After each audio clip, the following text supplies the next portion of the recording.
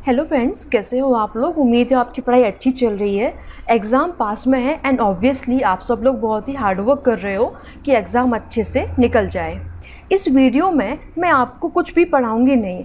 इसमें मैं सिर्फ कुछ आपसे तौर तरीके डिस्कस करूंगी जिनको यूज़ करके आपकी एफिशिएंसी बढ़ सकती है, आपका आउटपुट बढ़ सकता है। आप जितने घंटे पढ़ते हो उतने घंटे में आप ज़्यादा अच्छे से मतलब आउटपुट दे सकते हो, ज़्यादा अच्छे से आप लर्निंग कर सकते हो। मैं यहाँ कुछ भी ज्ञानबाजी नहीं करने वाली हूँ। मैं जो भी आपको बता रही हूँ वो मेरा खुद का पर्सनल एक्सपीरियंस है।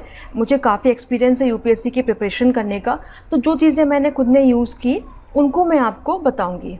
मेरे फ्रेंड सर्कल में से अच्छी खासी जनता सिलेक्ट हो गई थी, तो उन लोगों को भी जो मैंने ऑब्ज़र्व किया कि वो लोग क्या पढ़ते थे, कैसे पढ़ते थे, ग्रुप स्टडी करते थे कि नहीं करते थे, उनके पढ़ने का स्टाइल क्या था, उसको भी मैंने इनकॉर्पोरेट करने का एफर्ट किया है। आई होप कि उनका एक्सपीरियंस आपके कुछ काम आएगा। फ्रेंड्स, प्रीलिम्स में क्या होता है कि आपको ना बहुत सारा पढ़ना होता है, मतलब कि जो फैक्चुअल इन्फॉर्मेशन बहुत ज़्यादा होती है, इन्फॉर्मेशन काफ़ी सारी होती है, तो आपको बहुत सारे फैक्ट्स याद रखने पड़ते हैं, इन्फॉर्मेशन नॉलेज भी याद रखनी होती है, कॉन्सेप्ट भी समझने होते हैं। तो ऐसे में क्या होता है कि मेमोरी का रोल बढ़ जाता है। तो मैं यहाँ पर आपको एक तो टेक्निक्स बताऊँगी जिनकी हेल्प से आप चीज़ों को ईजीली याद रख सकते हो। एक है आपका पिक्चराइजेशन या विजुअलाइजेशन टेक्निक। इसको बहुत सारे लोग प्रिस्क्राइब करते हैं, मैंने खुद ने भी काफ़ी इसका यूज़ किया हुआ था और ये बहुत ही हेल्पफुल रहती है। मैं यहाँ पर आपको प्रैक्टिकली बताऊँगी कि इसका यूज़ कैसे करना होता है। जैसे ये देखो, ये ना भी करंट अफेयर्स है, तो इसमें आप इस टेक्निक को कैसे यूज़ करोगे इसको हम देखते हैं। जैसे ये रिसेंटली क्या हुआ है कि 10 मोर वेटलैंड्स डिक्लेयर किए हैं रामसर कन्वेंशन ने। तो इसमें आप क्या करेंगे, जैसे कि जब भी आप कोई पढ़ोगे ना कि कहाँ पर है, तो नंदूर महाराष्ट्र, तो आप सिंपल पढ़ोगे नहीं, आप नंदूर पढ़ोगे महाराष्ट्र, दिमाग में डायरेक्टली आपके महाराष्ट्र का जो स्टेट का जो है ना वो क्लिक करना चाहिए कि हाँ महाराष्ट्र, यहाँ पर है महाराष्ट्र। ओके, ये समन वर्ड सेंचुरी मैनपुरी यूपी, तो सीधे आपको यूपी की पिक्चर आपके दिमाग में आना चाहिए कि हाँ यूपी। ओके, समन है आपका यूपी, तो यूपी का मैप आपको क्लिक करना चाहिए। ओके, नवाबगंज अगेन यूपी का मैप क्लिक करेगा आपको। ये होता है आपका विजुअलाइजेशन कि आप यूपी को विजुअलाइज कर रहे हो। ओके, पार्वती अर्घ है ये। ओके, तो ये है आपका। तो ऐसे क्या होता है कि जब भी आप कुछ पढ़ोगे ना कि सरसई नवा इटावा यूपी, ब्यास कंजर्वेशन ये आपका पंजाब, तो आपको दिमाग में पंजाब का मैप क्लिक होना चाहिए। आप बोलोगे मैम हमें नहीं पता पंजाब का मैप कैसा है, हमें नहीं पता यूपी का मैप कैसा है। ओके, कोई दिक्कत नहीं है, बट आपको ये तो पता है ना कि इंडिया के कौन से कोने में पंजाब है, कौन से कोने में यूपी है, तो वो एरिया आपको चमकना चाहिए। आप बोलोगे मैम इससे क्या होगा, ठीक है पंजाब क्लिक कर गया, ओके मैम फाइन है। ओके, बट अगर आपके एग्ज़ाम में कोई क्वेश्चन आएगा कि सपोज ये नांगल तब्बीज़ है कि Keshavpur Miani conservation reserve is in, आपको ऑप्शन में होंगे पंजाब, हरियाणा के, हिमाचल, उत्तराखंड, तो आपको एकदम से कुछ याद आएगा कि जब मैंने पढ़ा था तब मुझे पंजाब चमका था कहीं पर, पंजाब ही इसका ऑप्शन होगा, हरियाणा हिमाचल नहीं होगा, क्योंकि आपने पंजाब का मैप विजुअलाइज किया था। ओके, तो ऐसे क्या होता है कि जब भी वो कंफ्यूज करेंगे आपको तो आपको इससे हेल्प मिल जाएगी। फिर नीचे आते हैं, मैं एक दो और समझाती हूँ कुछ आपको। जैसे ये है आपका कि लोकस्ट अटैक हुआ था, तो आपको ना 3 हॉट स्पॉट्स हैं लोकस्ट के, जैसे horn of Africa, red sea area, south west Asia. तो आपको ये तीनों एरियाज दिमाग में क्लिक करना चाहिए कि हॉर्न ऑफ अफ्रीका, अच्छा हाँ अफ्रीका का ये वाला रीजन, रेड सी एरिया, तो ये रेड सी एरिया है इसके आसपास का रीजन, साउथ वेस्ट एशिया मतलब हाँ ये पूरा इंडिया और आसपास का पूरा एशिया। ओके, तो ये है आपका, उन्होंने दिखा भी दिया है नीचे। तो ऐसे क्या होता है, आप इसको पिक्चराइज कर सकते हो, आप इसको विजुअलाइज कर सकते हो, आपको चीज़ें याद रखना बहुत ज़्यादा ईजी हो जाएंगी।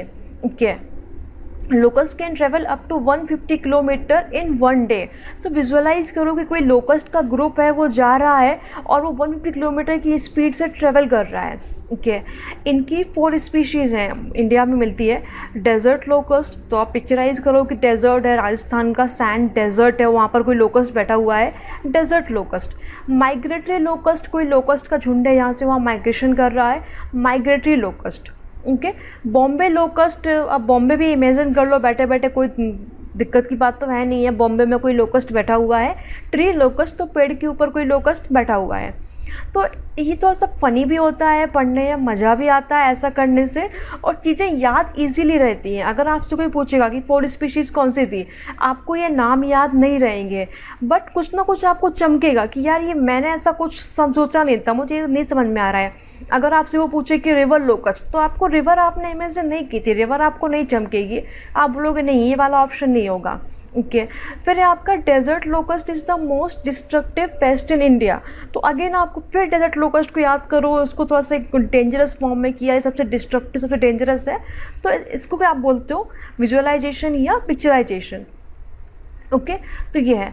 अब है आपका India has only one locust season and that is summer breeding. मतलब लोकस्ट में इंडिया में सिर्फ समर में ब्रीडिंग करते हैं।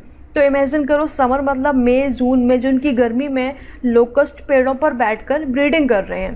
तो अगर बाई चांस से कुछ उन्होंने पूछा तो आपको याद आएगा कि यार मैंने कुछ सोचा था कि मई जून की गर्मी में वो लोग ब्रीडिंग कर रहे हैं। तो इससे आपके ऑप्शन सही होने के चांसेस बढ़ जाते हैं, और कुछ ना हो आपको मतलब चीज़ों को याद रखना बहुत ही ईजी हो जाता है। Got it.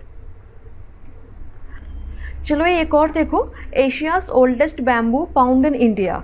तो ये आपको मिला है माकुम कोल फील्ड में, सॉरी ओल्डेस्ट बैम्बू, हाँ इसका फॉसिल मिला है आपको माकुम कोल फील्ड असम में। तो तुरंत आप पिक्चराइज करो, असम का मैप है, असम में कोई माकुम कोल फील्ड है, वहाँ पर एक बैम्बू खड़ा हुआ है, बैम्बू का फॉसिल पड़ा हुआ है। ओके तो फ़नी भी है, याद रखना इससे आपके लिए ईजी भी हो जाएगा।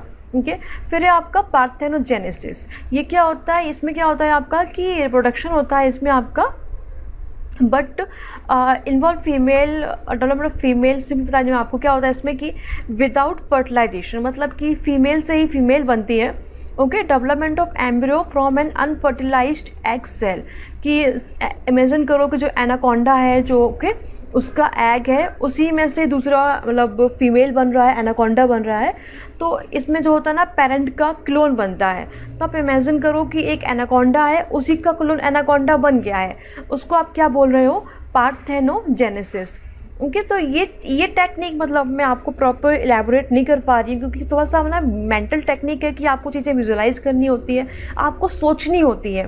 ओके तो ये आपको खुद को करना पड़ेगा। I can't tell you each and everything कि मैं क्या सोचती हूँ, क्या ही सोचती हूँ, बट स्टिल अगर आप थोड़ा ट्राई करोगे ना तो आपको चीज़ें याद करना, उनको लॉन्ग टाइम तक रिटेन करना काफ़ी ईजी हो जाएगा। बच्चों पढ़ाई को ना आप जितना कॉमेडी बनाओगे ना, पढ़ना आपके लिए उतना ही ईजी रहेगा, चीज़ें आपको उतने ही अच्छे से याद रहेंगी। ओके तो ऐसे क्या होता है कि जैसे आपके पास ना अलग अलग फूल होते हैं, यहाँ वहाँ बिखरे पड़े होते हैं, तो आपको उनको याद रखना टफ होता है कौन सा फूल कहाँ पर रखा है। बट अगर आपने उनको एक माला बना दी तो फिर आपका काम काफ़ी इजी हो जाता है। तो जितने भी आपके यहाँ वहाँ के फैक्ट्स होते हैं उनको अगर आप कुछ लिंक कर देते हो, उनमें कुछ फ़नी टोन डाल देते हो, तो आपको उनको याद रखना बहुत ही ईजी हो जाता है। जैसे ये देखो आपका कि आपका एक किशनगढ़ पेंटिंग है, किशनगढ़ पेंटिंग में आप राधा कृष्ण होते हैं मेनली इसमें, और उसमें निहाल सिंह की एक पेंटिंग थी आपकी बनी ठनी। तो आपको अगर इसे प्लेन याद रखना पड़े कि किशनगढ़ पेंटिंग में निहाल सिंह है, निहाल सिंह की बनी ठनी पेंटिंग है, तो क्या होगा, थोड़ा सा आपके डिफ़िकल्ट रहेगा।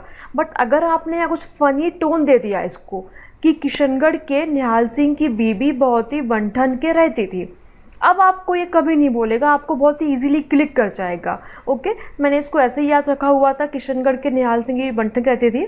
ओके और एग्ज़ाम में ये क्वेश्चन आ भी गया था फिर कि बनी ठनी पेंटिंग बिलोंग्स टू तो बूंदी, जयपुर, कांगड़ा, किशनगढ़। तो ऐसे अगर आपने याद किया हुआ है तो चीज़ें आपको थोड़ा सा इजीली बन जाती हैं, जल्दी याद रहती हैं। एक और देखो यहाँ पर जैसे आपका है पहाड़ी पेंटिंग। तो पहाड़ी पेंटिंग को Metcalfe was the first man discover the Pahari painting in Kangra and A Coomaraswamy further discovered these paintings. तो मतलब इन दो लोगों का, मैटकॉफ का एंड ए कुमार स्वामी का, काफ़ी रोल था पहाड़ी पेंटिंग में। तो इसको आप बोल सकते हो कि ये मैटकॉफ मतलब मटका एंड कुमार। ओके मटका एंड कुमार पहाड़ी पेंटिंग करते थे। ओके थोड़ा सा फ़नी भी लग रहा है और आपको इजीली याद भी रहेगा कि मैटकॉफ एंड कुमार स्वामी। देखो ये प्रीलिम है तो है ना, आपको लिखना नहीं है कि वो मटके का मतलब मैटकॉफ था कि मैट कोम था, आपको हल्का सा भी चमक गया ना कि हाँ मैट से कुछ कुछ था, तो आपका काम वहाँ पर हो जाएगा। आपको डिट्टो वहाँ लिखना नहीं है, आपको सिर्फ वहाँ टिक लगाना है। उतने के लिए आपको अगर हल्का सा रेफरेंस भी याद रहता है ना, तो उतने में आपका काम फिर हो जाता है। Got it. ओके अब ये देखो, आप कुछ कुछ ना प्रीलिम्स के आर्टिकल्स देखो, इनको भी आप इजीली याद सकते हो। जैसे आपका आर्टिकल 40 है, 40 में ऑर्गेनाइजेशन ऑफ विलेज पंचायत्स, तो इसको आप बोल सकते हो 40 गाँव की पंचायत बनेगी, मतलब 40 में आपका गाँव की पंचायत थी। ओके 44 में यूनिफॉर्म सिविल कोड है, you can say uniform civil code या 44 कोड, ओके 44 सिविल, ऐसे कुछ भी आप बोल सकते हो। 45 में आपको चाइल्डहुड केयर एंड एजुकेशन ने बोलो एज ऑफ 6 ईयर्स, तो 4-5 साल के बच्चों को एजुकेशन आप प्रोवाइड करोगे, 6 साल से नीचे वाले हैं ना आपके, 4-5-6 साल तक के बच्चों को आप इसमें एजुकेशन प्रोवाइड करोगे। 4-5 में आपको 45 में आपको पता है यहाँ पर childhood care and education. Okay फिर है आपका 50 में सेपरेशन जुडिशरी फ्रॉम एग्जीक्यूटिव, तो मतलब इसमें जुडिशरी और एग्जीक्यूटिव में 50 फीट का फासला रहेगा, मतलब दोनों दूर दूर रहेंगे, दोनों में सेपरेशन, तो आपको रहेगा हाँ 50 फीट का फासला, मतलब आर्टिकल 50 था। ओके हाँ आर्टिकल 51 है आपका इंटरनेशनल पीस एंड सिक्योरिटी, हर जगह आपका नहीं बनता है टेक्निक, तो कुछ को आप सिंपल भी याद रख सकते हो। ओके 51 ने तो काफ़ी इजी है, आराम से आप लोगों से बन जाता है। 72 में जो है ना कि power president to grant pardons and remit commit sentences, मतलब इसमें 72 लोगों की सज़ा माफ़ होगी, तो अगर 72 लोगों की प्रेसिडेंट सज़ा माफ़ कर रहा है तो मतलब आर्टिकल 72 में क्या है आपका कि प्रेसिडेंट की पावर है to grant pardons and suspend वगैरह वगैरह, क्लियर। तो 72 लोगों की सज़ा माफ़ होगी इसमें। ओके तो 74 में आपका काउंसिल ऑफ मिनिस्टर, तो 74 आपके मंत्री हो गए, 74 मंत्री थे जो लोग भी जो प्रेसिडेंट को एडवाइस करेंगे। ओके 78 में आपका कि प्राइम मिनिस्टर प्रेसिडेंट को इन्फॉर्म करेगा, इन्फॉर्म करने के लिए फ़ोन लगाएगा, फ़ोन का बिल आपका 78 रुपये आ जाएगा। तो ऐसे कुछ ना ऐसे कहानी बनाकर, कुछ लिंक बनाकर, एक पीछे बैकग्राउंड सेट कर ऐसे आप फ़नी तरीके से आप चीज़ों को याद रखने का अगर ट्राई करोगे तो आपको बहुत ही इजीली याद रहेंगी ये चीज़ें।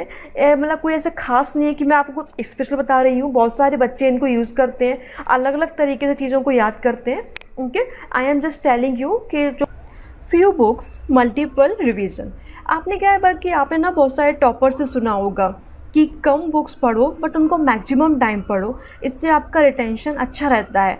बट जो नए बच्चे होते हैं उनको ये बात समझ नहीं आती है कि मैम कम बुक्स में कैसे पढ़ें, बहुत सारा छूट जाएगा, बहुत सारी अलग अलग बुक्स में अलग अलग इन्फॉर्मेशन, अलग अलग नॉलेज होती है, तो उसे कैसे कवर करें। तो आपको क्या करना है कि सपोज़ ज्योग्राफी लिया आपने, ज्योग्राफी की आपके पास 4-5 बुक्स हैं, आपके पास एनसीईआरटीज़ भी हैं, आपके पास जीसी लियोंग है, ओके आपके पास क्लास के नोट्स भी हो सकते हैं, किसी और कोचिंग के नोट्स भी हो सकते हैं। और आपको ये बताइए कोई भी बुक ना 100% कवर नहीं करती है। एक कोई भी बुक अगर आपका 70-75% कवर कर रही है तो वो अच्छी बुक है। ओके अब आपको ना उन मल्टीपल बुक्स में से किसी एक बुक को अपनी बेस बुक या मेन बुक बनानी है। आप ये डिसाइड कैसे करोगे, डिपेंडिंग ऑन कि कौन सी बुक, कौन सा नोट्स आपको पढ़ने में ईजी लगता है, उसमें आपका रिवीजन क्विक होता है, उसमें एक मैक्सिमम या सर्टेन अमाउंट ऑफ इंफॉर्मेशन या नॉलेज कवर की हुई है, तो उसको आप क्या करोगे अपनी बेस बुक बनाओगे। ओके उसी को आप मल्टीपल टाइम रिवाइज करोगे, बाकी बुक्स आपकी सेकेंडरी बुक्स रहेंगी। क्लियर आपको। तो ऐसे क्या होगा, आपकी हर सब्जेक्ट की आपके पास एक बेस बुक या बेस मटेरियल हो जाएगा। आप जब भी रिवाइज करने बैठोगे आप उसी से रिवाइज करोगे। अब आप पूछोगे मैम अब जो बाकी बुक्स में जो 30% सो कॉल्ड एक्स्ट्रा इन्फॉर्मेशन है, नॉलेज है, उसका हम क्या करें, उनको भी आप रिवाइज करोगे। ओके पहले आपने अपनी बेस बुक रिवाइज़ की, फिर आप उन सेकेंडरी बुक्स को रिवाइज़ करोगे, बट उनको पूरा नहीं पढ़ोगे। उनमें जो भी एक्स्ट्रा इन्फॉर्मेशन है, जो भी एक्स्ट्रा नॉलेज है, आप उसी को पढ़ोगे, उसको आप हाईलाइट करके, उसको आप टिक मार्क करके, जो भी डॉट लगाना है, जो भी जैसा करना है वैसा करके आप रख लोगे और सिर्फ उसी एक्स्ट्रा इन्फॉर्मेशन को आप पढ़ोगे। फिर आप बोलोगे मैम पढ़ना तो पढ़ गया, बात तो वही हो गई ना कि एक बुक पढ़ी फिर हमने दूसरी बुक्स पढ़ी। तो फिर आपकी कुछ आगे टेक्निक्स काम आती है कि कैसे आप अपना बुक्स का लोड कम कर सकते हो, कैसे आप अपना पेजेस का लोड कम कर सकते हो।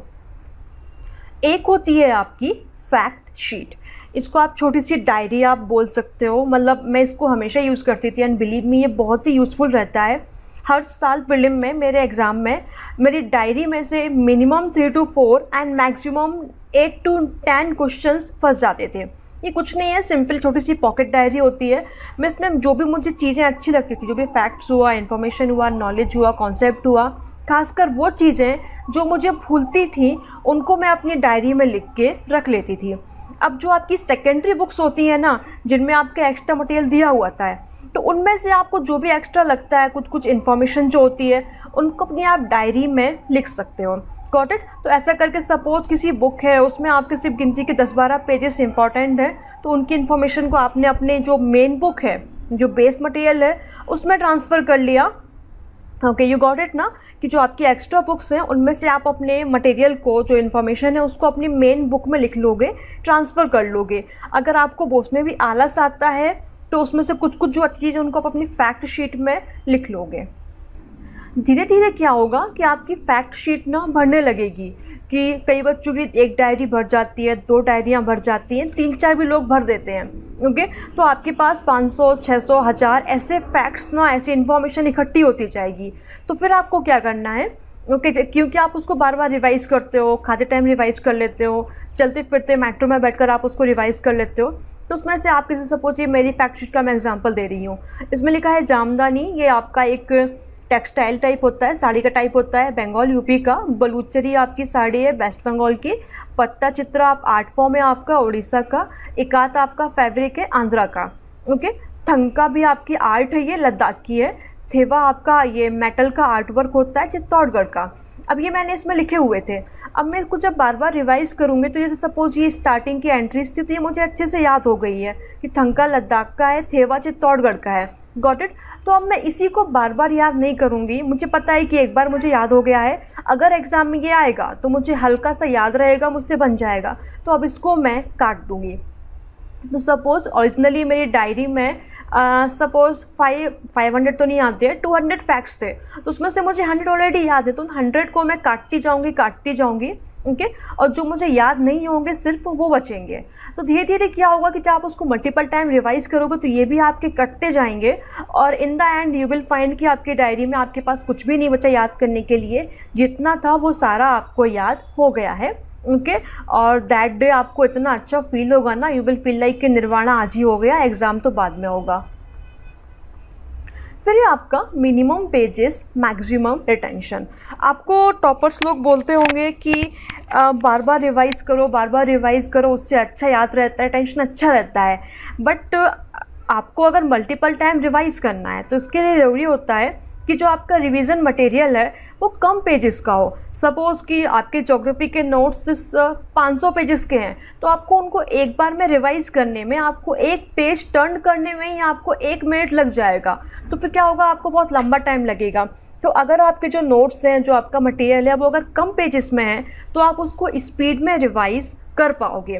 तो मैक्सिमम रिवीजन तो maximum retention. Okay, maximum chances हैं कि आपको चीज़ें अच्छे से याद रहेंगी। तो इसके लिए रिक्वायर है कि आपको जो नोट्स हैं, जो आपकी बुक है, वो कम पेजेस की हो, शॉर्ट पेजेस की हो। अगर आप बोलोगे मैम हम क्या करें, अगर लक्ष्मीकांत में 500 पेज हैं तो 500 पेज हैं उसमें, उसका हम क्या उखाड़ लें। आप ये अभी कांट सुना कि मैम पेज फाड़ के फेंक दें क्या लक्ष्मीकांत के, नहीं। उसके लिए फिर आपका ना एक तरीका होता है, जैसे मैं ये करती थी बहुत बार, कि जैसे सपोज़ मैं लक्ष्मीकांत पढ़ रही हूँ, मैं कोई भी बुक पढ़ रही हूँ, तो अब मैं इस पेज पर आई। अब इस पेज पर जितनी भी मैं इस लक्ष्मीकांत को 40 बार पढ़ चुकी हूँ अभी तक 1-2 साल में। ओके, सपोज ये मेरा 42nd रिवीजन है। अब मैं इसको देख देख के बार बार मुझे पता है कि इस पेज पर क्या लिखा हुआ है, यहाँ पर क्या लिखा है, यहाँ पर क्या लिखा है। तो इसको हर बार पढ़ने का मतलब नहीं है।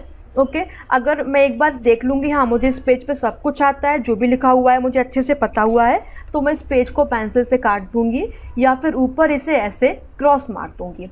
ओके, बट कई बार क्या होता है किसी पेज में ना, इसमें सपोज इतना आपको आता है, ये भी आता है, यहाँ पर कुछ छोटी सी इन्फॉर्मेशन या फैक्ट दिया हुआ है, वो आपको हमेशा भूलता है, और उस एक सिंगल फैक्ट को पढ़ने के लिए आपको बार बार ये पेज खोलना पड़ता है। तो मैं क्या करूँगी, यहाँ पर जो सिंपल सा फैक्ट दिया हुआ है उसको मैं अपनी फैक्ट शीट में ट्रांसफ़र कर दूँगी और इस पूरे पेज को मैं काट दूँगी। तो ऐसे क्या होता है फ्रेंड्स कि जैसे मेरी लक्ष्मीकांत है, तो उसमें से मैं इतनी बार पढ़ चुकी हूँ कि उसमें से मेरे आधे पेजेस तो ऐसे ही क्रॉस हो जाएंगे कि इसको नहीं पढ़ना, इसको नहीं पढ़ना, इसको नहीं पढ़ना। ओके, तो मतलब मेरे लिए अब उसको रिवाइज़ करने का टाइम हाफ हो गया, तो हाफ टाइम हो गया, मैक्सिमम रिविज़न होंगे और मेरी उसकी नॉलेज ज़्यादा से ज़्यादा बढ़ जाएगी। तो मेरी बहुत सारी बुक्स में ऐसा होता था कि पेज काटते जाएंगे, पेज काटते, जैसे एग्ज़ाम पास आते जाएगा वैसे वैसे रिवीजन बढ़ते जाएंगे और पेज पर पेज मेरे कटते जाएंगे। तो एक टाइम पे ऐसा आता है कि अब कुछ नहीं बचा इसमें पढ़ने को, सारे पेजेस मेरे कट गए। ओके, मेरी तैयारी हो गई, अब मैं बस एग्ज़ाम का वेट कर रही हूँ।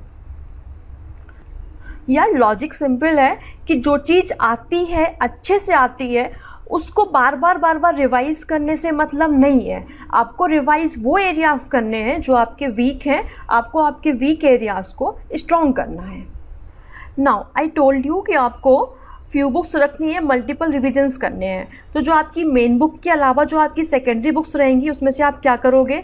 पहला काम कि अगर आपसे पॉसिबल है तो उसकी इन्फॉर्मेशन को, नॉलेज को आप अपनी मेन बुक में ट्रांसफ़र कर दोगे। मेन बुक में यहाँ वहाँ साइड में आगे पीछे कहीं लिख दोगे।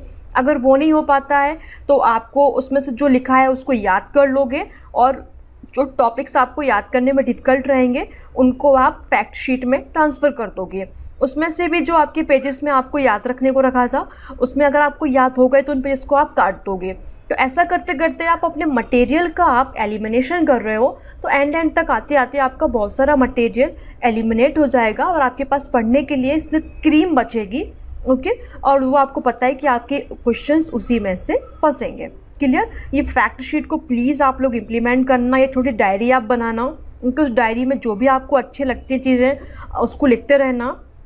ओके, इंपॉर्टेंट फैक्ट्स हो गए, आपकी जो आपको याद नहीं होती है वो चीज़ें होंगी, ये आपको बहुत ही यूज़फुल रहेगा, बहुत ही काम आएगी।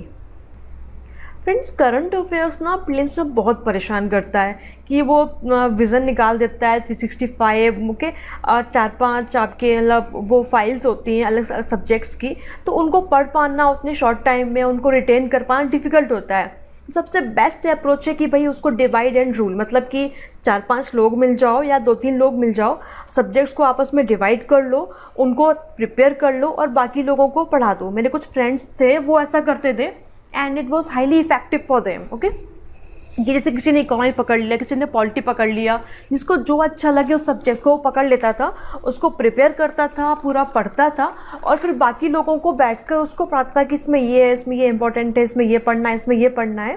ओके, तो इसमें आपका लोड भी कम हो जाएगा और अगर आप ग्रुप डिस्कशन कर रहे हो, उसमें ग्रुप में पढ़ रहे हो, तो आपको रिटेन करने चांसेस भी आपको बढ़ जाएंगे और जो ग्रुप स्टडी का जो मज़ा होता है वो तो अलग ही आता है। तो करंट अफेयर्स में आप ग्रुप स्टडी कर सकते हो, लोड डिवाइड कर सकते हो। ओके, और काम डिवाइड कर कर आप उसको प्रिपेयर कर सकते हो। आपके टेस्ट पेपर्स, इसमें क्या करना है आपको? Read all, solve few. आप बोलोगे मैम क्या मतलब है इसका? देखो ऐसा होता है, सॉल्व करने में क्या करते हो आप? सॉल्व करना मतलब कि आप प्रॉपर पेपर लेकर बैठते हो, 2 घंटे आप उसे सॉल्व करते हो। ओके, फिर उसके आप आंसर्स चेक करते हो और फिर उसमें आपको क्या मिस्टेक्स हुई, क्या आपकी शॉर्टकमिंग्स है, उनको आप नोट करते हो, आगे का पूरा मतलब कार्रवाई करते हो। Got it? इसमें आपको 4 घंटे लग जाते हैं आराम से, 5 घंटे भी लग जाते हैं, कुछ कुछ बच्चों को दिन भर भी लग जाता है। ओके, तो आपको सारे पेपर्स सॉल्व नहीं करने हैं। कुछ कुछ बच्चे करते हैं 50 पेपर्स, 100 पेपर्स, इतना नहीं करना है। ओके, 10 से 15 सॉल्व करना ये ऑप्टिमम है। 5 से 10 भी ठीक होता है, डिपेंड कि आपका कौन सा अटैम्प्ट है। अगर आप नए बच्चे हो तो आप ज़्यादा भी सॉल्व कर सकते हो। ओके, बट 20-25 से ऊपर आपको बिल्कुल नहीं करना है, ऐसा टाइम पास आपको नहीं करना है। आपको क्या करना है? फिर आपको रीड करना है, क्योंकि उसमें इन्फॉर्मेशंस होती हैं, नॉलेज होती है, वो आपसे मिस नहीं होना चाहिए। तो रीड करने में क्या होता है कि डायरेक्टली आप क्वेश्चन पेपर को लेकर बैठते हो, साथ में आप उसकी आंसर शीट को, ओके, एक्सप्लेनेशंस को लेकर भी आप बैठते हो। आपने क्वेश्चन पढ़ा, बन रहा कि नहीं बन रहा? ओके, अगर नहीं बन रहा है तो ऑन द स्पॉट ही आप उसका आंसर चेक करते हो, उसमें जो आपको अच्छा लगता है आप उसको मार्क कर लेते हो। अगर थोड़ी सी इन्फॉर्मेशन है, कुछ फैक्ट है, तो उसको आप अपने नोट्स में ऐड कर लेते हो। ओके, इसको बोलते हो आप रीड करना। एक पेपर रीड करने में 2 घंटे लगते हैं, 2 घंटे में सब कुछ आराम से हो जाता है। अब आगे आपको डिपेंड करता है कि आपको क्या करना है। आपको क्वेश्चन पेपर रखना है कि आपको उसकी आंसर शीट रखनी है, या फिर आपको सब कुछ अपने नोट्स में रखना है। अगर आप नए बच्चे हो और आपकी नॉलेज बहुत ज़्यादा नहीं है, तो फिर आपको नोट्स में अपने ऐड करने में बहुत टाइम लगेगा। तो आई विल से कि आप अपने या तो क्वेश्चन पेपर रख लो या उसकी आंसर शीट रख लो। ओके, डिपेंड आपको क्या अच्छा लगता है। ओके, जो भी आपका है, किसी एक चीज़ में इन्फॉर्मेशन ट्रांसफ़र कर लो कि या तो आपने क्वेश्चन पेपर में सब कुछ लिख लिया है या फिर अपने आंसर शीट में आपने मार्क कर लिया है, और बाकी को डिस्कार्ड कर दो। अगर एक पेपर में सपोज़ 20 पेजेस होते हैं, 20 पेजेस में आपके पास सिर्फ 4 पेजेस काम के हैं, तो उन 4 पेज को फाड़ के रख लो उसमें जो कुछ लिखा हुआ है वो काम आएगा आपकी, बाकी को रद्दी में फेंक दो। ज़्यादा आपको ढेर लगाकर बुक्स का, चीज़ों का, पेजेस का नहीं रखना है, वो फालतू में टेंशन देता है और प्रॉब्लम क्रिएट करता है। तो आपको ऐसा करना है कि टेस्ट पेपर्स में read all, solve few. Clear? मतलब ये अप्रोच करती है काम। बहुत सारे टॉपर्स को मैं देखा है कि मतलब ज़्यादा पेपर्स वो लोग सॉल्व नहीं करते थे। मैक्सिमम जो लोग मतलब आराम से प्रीलिम निकालते हैं वो 3, 4, 5, 6, 7, 8 इससे ज़्यादा पेपर सॉल्व नहीं करते थे। सॉल्व करने का मतलब होता है प्रॉपर 2 घंटे बैठकर एग्ज़ाम मोड में पेपर देना, उसको आप सॉल्व करना बोलते हो। ठीक है? और अगर आप घर पर सॉल्व कर रहे हो तो आप प्लीज़ 10 मिनट कम करके रखो अपने लिए, मतलब कि आपको 2 घंटे की जगह 1 घंटा 50 मिनट में करना है। क्यों? क्योंकि एग्ज़ाम में आपको फॉर्मेलिटीज़ करनी होती है कि वो एक शीट आती है आपके पास में, आपको नाम भरना है और पता नहीं क्या क्या भरना होता है, उसमें एंट्रीज मारनी होती है, तो उसमें आपका टाइम पास होता है। फिर आपको एग्ज़ाम में एंग्जाइटी भी होती है।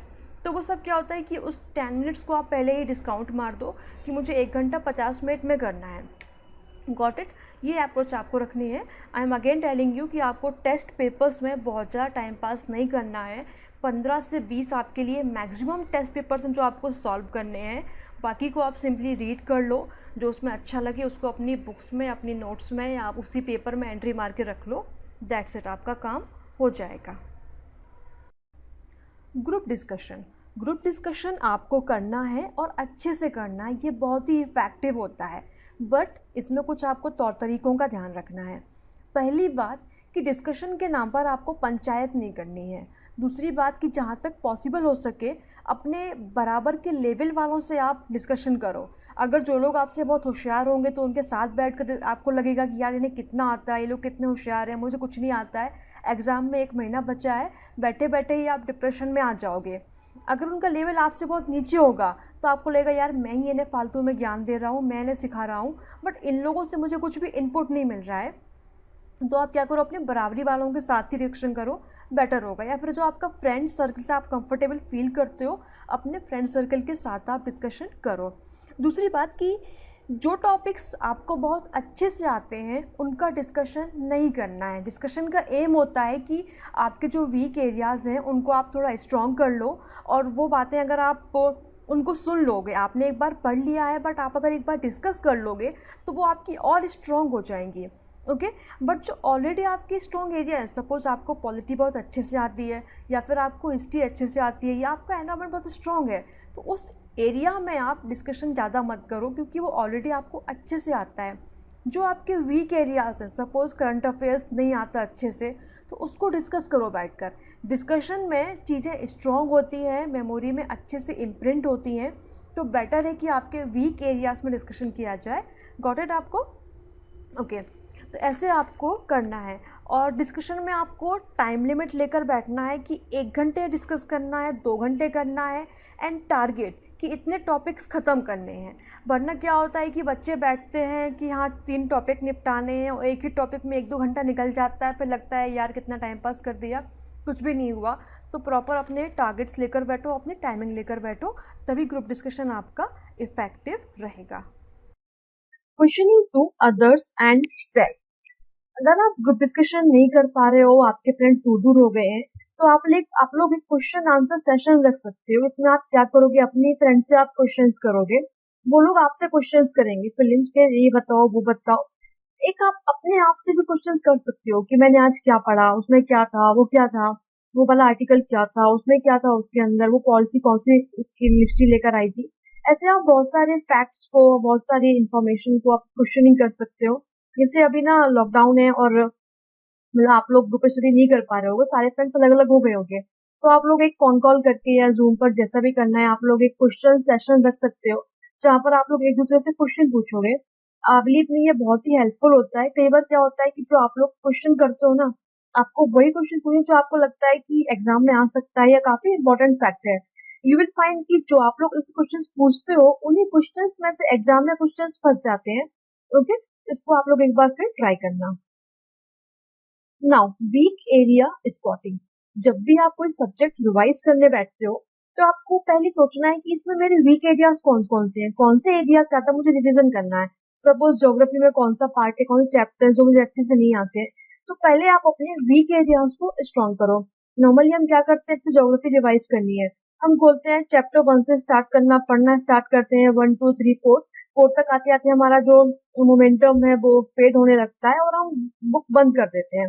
ओके, तो अगली बार से आपको रैंडम पढ़ना है कि मेरा वीक एरिया कौन सा है, तो पहले आपको अपने वीक एरिया को अच्छा करना है। ओके, ऐसा करके आपको अपने सब्जेक्ट्स के लेकर अप्रोच रखनी है।